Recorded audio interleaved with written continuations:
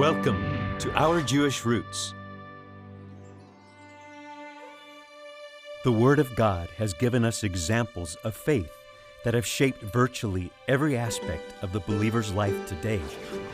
Where would we be without the examples of Noah, Abraham, and Isaac, David, and ultimately that of Yeshua, Jesus? Faith is woven into the fabric of America as well. From the Pilgrims to John Adams, to Patrick Henry and George Washington, God's providential hand remained highly esteemed and honored above all.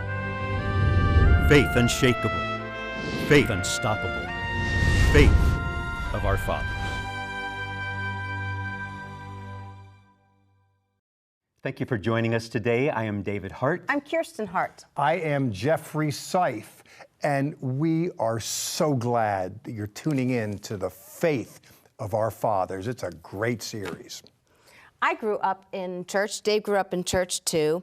I sang in the Presbyterian hymnal a hymn, Faith of Our Fathers. And today you're really kind of focusing in on that deep faith that they all had and that our biblical fathers had. And there's a lot of great stuff in that hymns that people forget. There's a lot of great stuff in American literature that people forget that speaks about the faith that resounded in the hearts and minds of those that founded this culture. That's right. It's all about faith.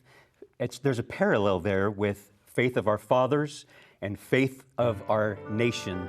Dr. Seif teaches right now. Let's go there. Admat Kodesh. There's your two words for the day.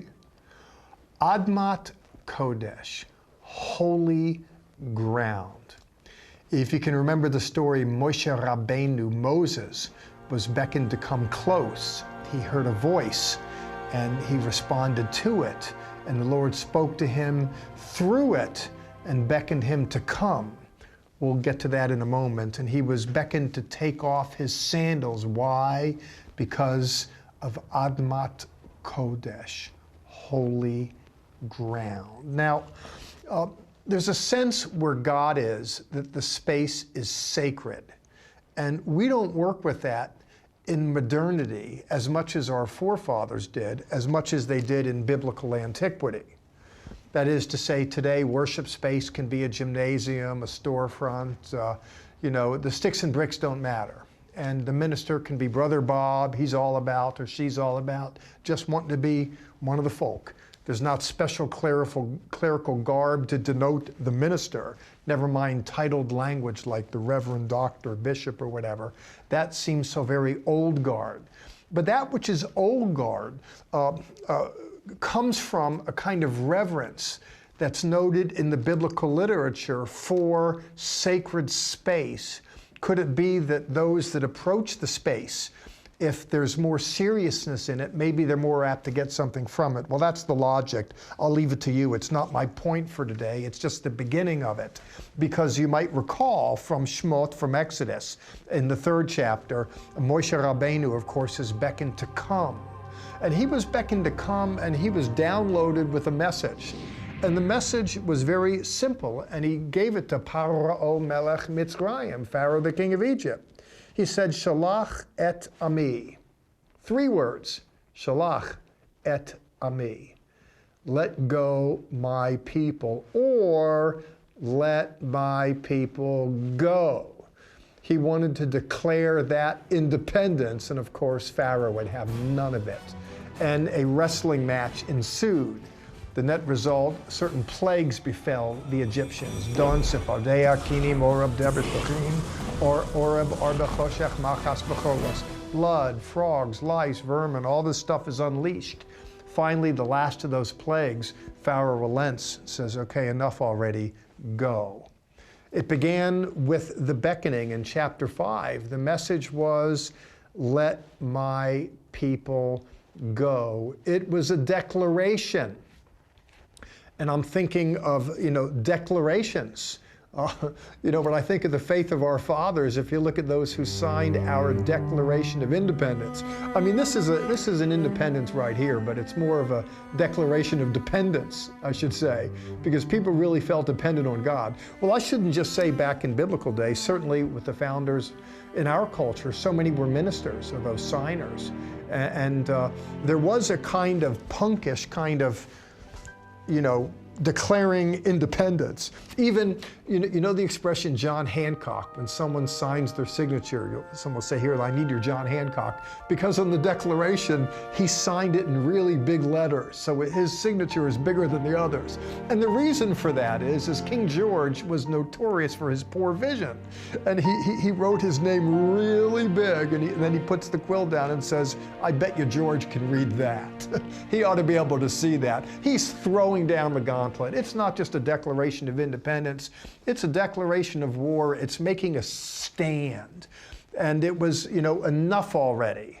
And it's the equivalent in Roman antiquity of crossing the Rubicon. It's construed as a declaration, and of course you know how it all played out. There was a struggle in Bible days with Moses, with the Egyptians, in our own history, a struggle, colonial America with the British overlords. In fact, if you look at the history, and it's forgotten in so many ways today because people want to reinvent history and divest it of its biblical moorings. But the imagery of the Israelites with their fight against the Egyptians and they're being led to the new world with the Shekinah, with the Shekinah. Remember the cloud that led and the fire, how God led these displaced persons from one world. They crossed the sand to the new world.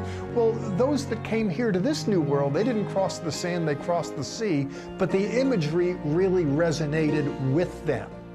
It was so much the case, by the way, the Older Testament really factored into the equation, which is why if you look at the literature, there are all kinds of citations with our founding fathers from the Hebrew Bible. The Hebrew language itself was mandated to be taught at Harvard University when it all began. Not so with Yale initially, but they caught on later on. But everyone who was anyone was beckoned to learn the Hebrew language, to learn the Hebrew Bible, one God, one Bible, and our forefathers in this culture really derived some benefit from the story because they felt they were living it in their own context. Not only was it the story of being led to the new world, as in the initial pilgrims, but once they get there, they have to conquer, and the story of Joshua. You might recall that miracles got them to the new world, and there were miracles to be sure with Joshua, but they still had to unsheath their swords and go on and contend for their place in the new world. And the story of Joshua, how God helped them in the struggle, resonated to be sure with the pilgrims, and they got help from interesting people along the way. You can think of Rahab, by the way, going back to the Joshua story and the spies. Sometimes when you're about God's business, you find friends you didn't quite know you had them. And people come out of the woodwork because they sense something's at play here. It's great. It so much correlates with our national story, to my way of thinking. The Exodus, the Declaration of Independence, the braving the hazards, the political struggle, the warfare that ensued, and finally making it and breaking it, getting a foothold into the new world, and then expanding and going about the business of getting a civilization here in the new world where there's a biblical mandate that is constitutive in the culture. And that's the difference here, by the way. If you look at nation states all over the world, they all sort of began the same way. There's a struggle, and whoever wins puts up the fort and they claims it for their own. But while that could be said here, it's more than that here, because inculcated in the fabric of this culture was biblical mandate, biblical vision. And it's represented in the literature, in the monuments, the art, the architecture, and so forth. And it's not just something that's part of an artistic ethos, but it was part of the fabric of those who were here making a stand in the new world. And we can learn from the faith of our fathers too. If we can carry on some of that, walking with faith, we too can have the success as they enjoyed. And who's the they? Well, I'm talking about those of old. In this series, where I'm speaking about the faith of our fathers.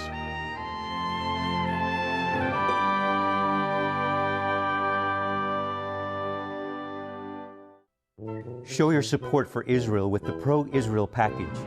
In it, you will receive a 3-foot by 5-foot flag of Israel, 4 Pro-Israel buttons, a Pray for the Peace of Jerusalem bumper sticker, the Israel's Right to the Land booklet, the Broken Branches book by Zola Levitt, a 2-flag lapel pin, the Pilgrim's Map of the Holy Land, and 2 Stand with Israel koozies.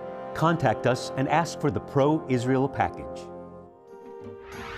Join us right now for additional content that is only available on our social media sites, Facebook, YouTube, and Twitter.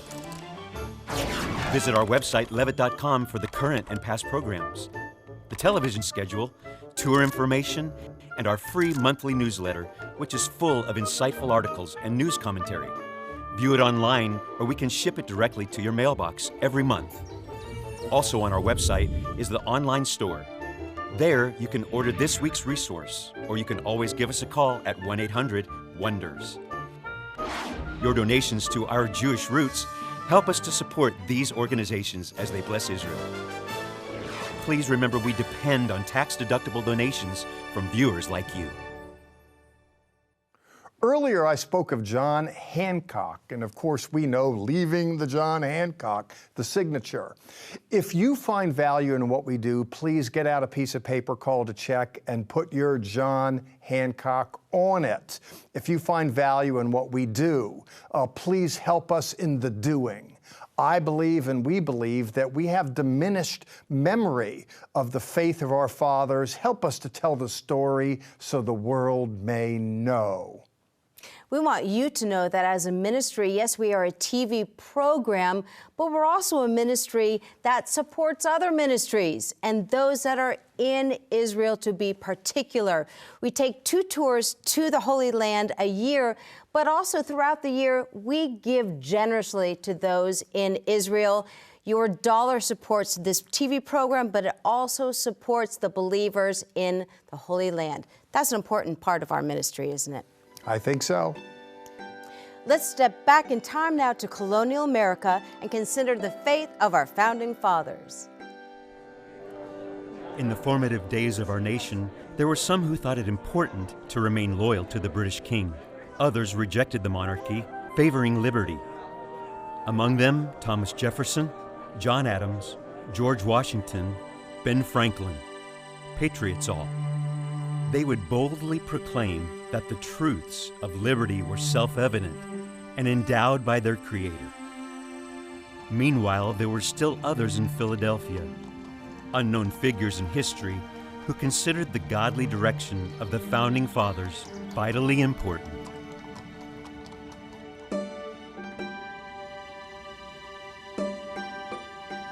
So clear, and yet profound.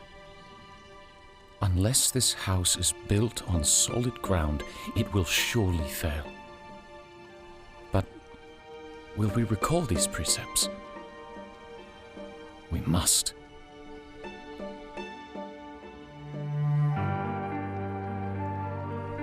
Lord, please continue to guide my hand, that I might clearly transcribe these extraordinary words of wisdom and virtue, and guide my steps this day to those who need to hear them.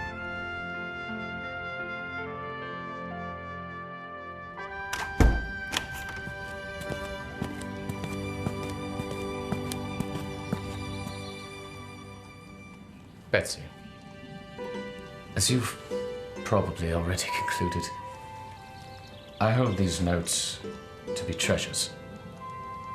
I value them as such because they're quotations from those who've been the most influential, I believe, in establishing the importance of faith and righteousness in America. Yes, sir. I appreciate your concern for the welfare of this nation. It has taken considerable faith to have declared our independence. I do have faith, sir, but I still keep my windows closed, lest a loyalist see my efforts on behalf of the Patriots. Mr. Jefferson deserves to have his faith commended as well. He's been a dedicated, lifelong Anglican, and yet an advocate for other Christian denominations. He's repeated many times over, as have we all, the Apostles' Creed. I believe in God, the Father Almighty, maker of heaven and earth, and in Jesus Christ, his only Son, our Lord. I say it in church every Sunday, sometimes in the presence of Mr. Washington, Mr. Franklin, as well as others you have mentioned.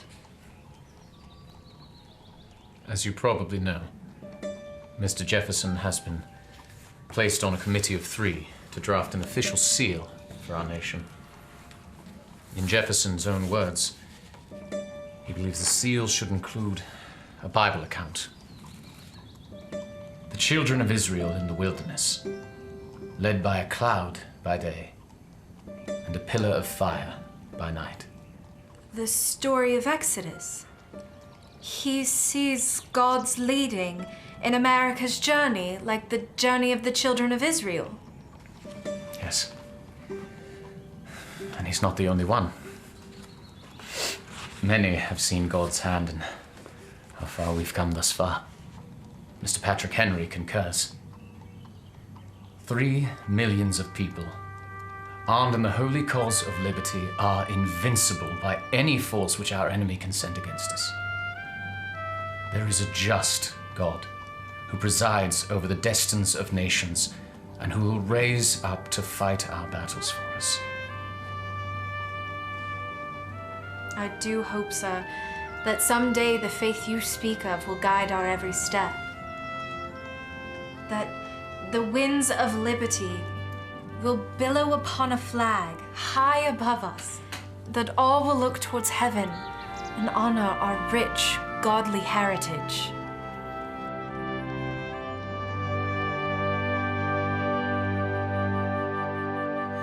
So much to learn, so much has been lost.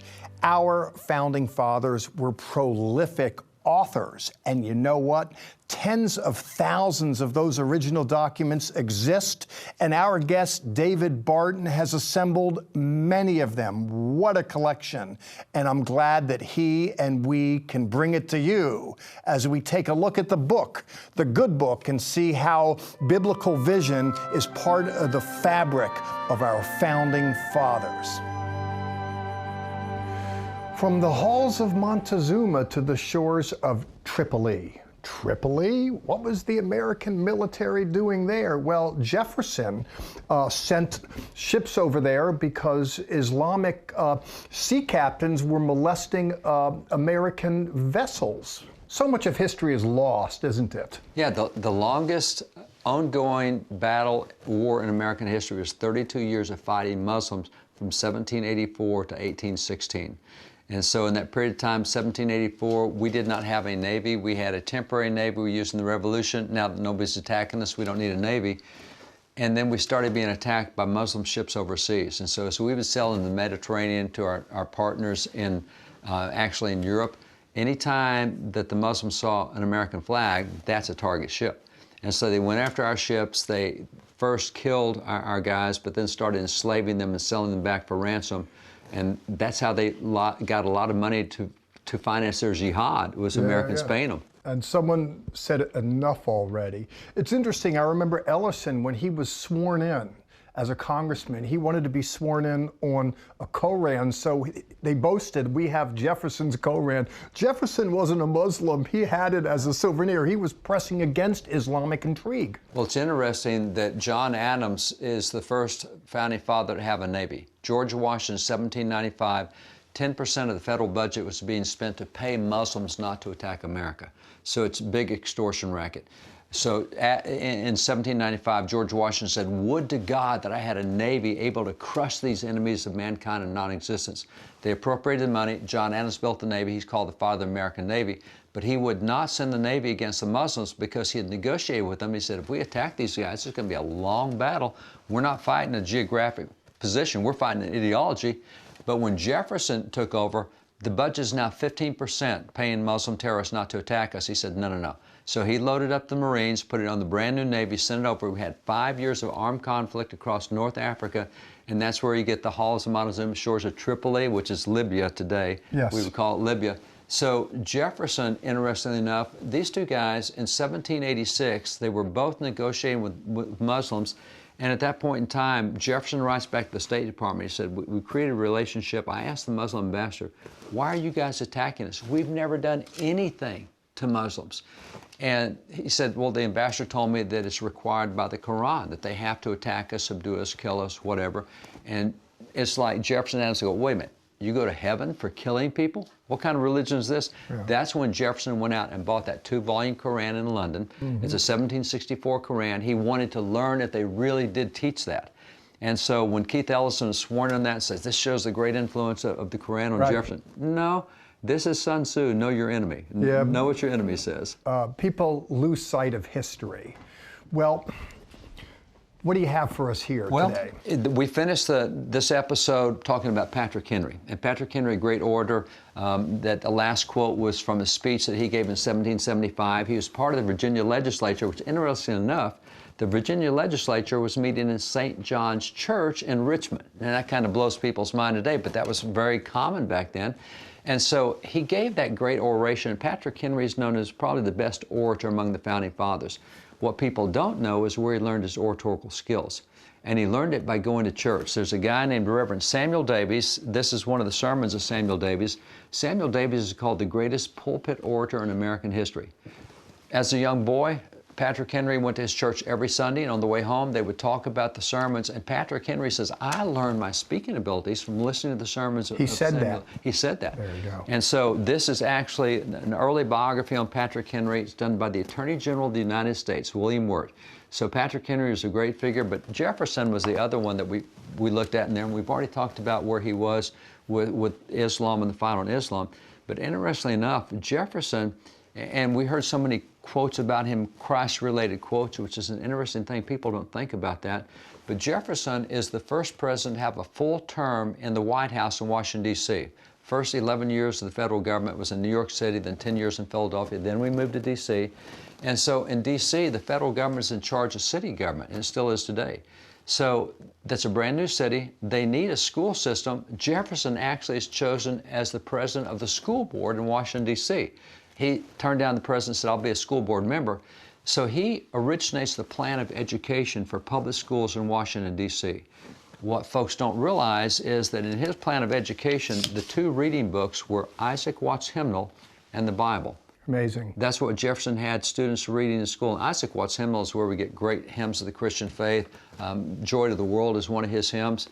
The other thing Jefferson did while he was there is we have a brand new Capitol, brand new White House, brand new Capitol.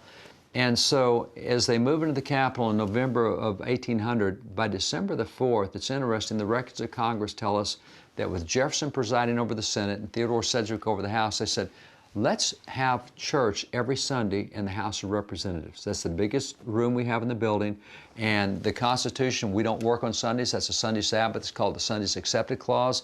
So Jefferson helped start the church in the Capitol, and by 1867, that was the largest Protestant church in the United States. These are actually sermons that were preached in that church that Jefferson helped start. This says, the imperishable and saving words of Christ delivered in the hall of the House of Representatives. This is 1860.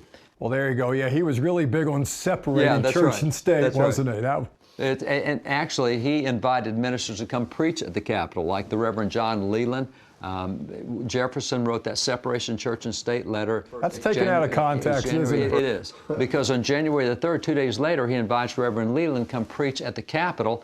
And that separation church and state letter, if anybody reads it, it's 233 words long. It's 3 paragraphs. It's simple. And it says, because of separation church and state, the government's not going to stop a religious activity.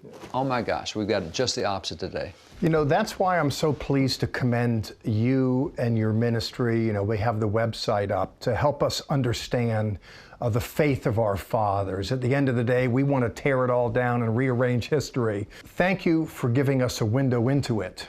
Oh, it's our pleasure. We feel like we should be sharing this stuff with Americans. That's why we try to digitize it, put it online. That's why we do so many books, bring it out so people can get it. This heritage belongs to all of us and something we all should know. Yes, and I believe that. That's one of the reasons why we want to share you with the world. Now, you don't need us to do your bidding, but if you're watching the program now and you're not familiar with our guest today, the website is up there, and I want you to go there, because there's a lot to learn, there's a lot to know, that we have been deceived. We've been tearing up our history. And David, I'm so appreciative of you wanting to help resurrect it. Jeff, my pleasure. Always fun to bring truth back to people. All right, can I be honest with you right now? Honesty. Okay, you ready? We have been singing the Marine hymn for years about the shores of Tripoli, and we had no idea where that took place.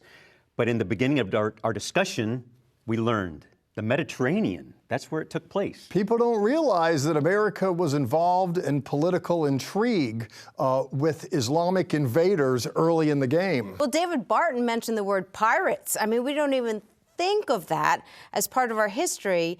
And we sing, to the shores of Tripoli.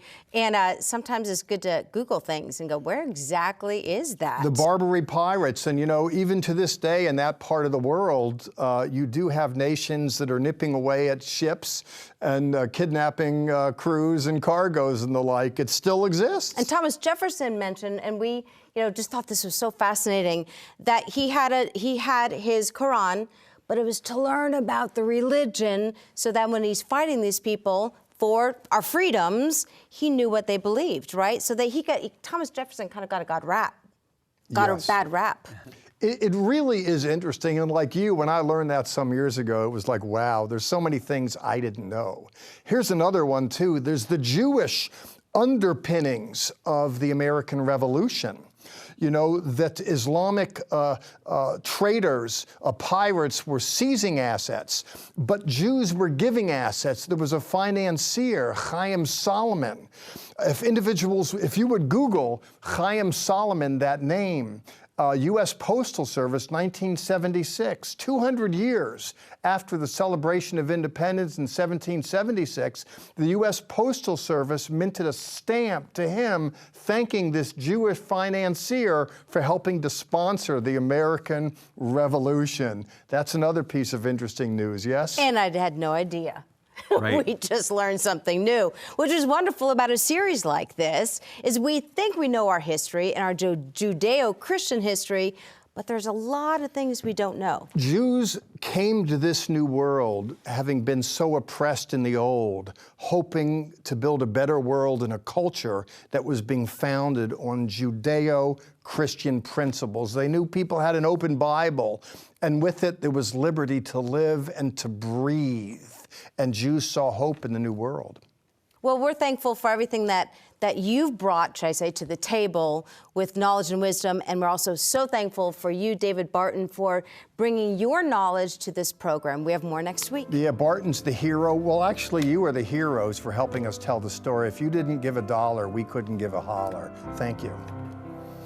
And a word from Scripture. Sha'alu Shalom Yerushalayim. Pray for the peace of Jerusalem.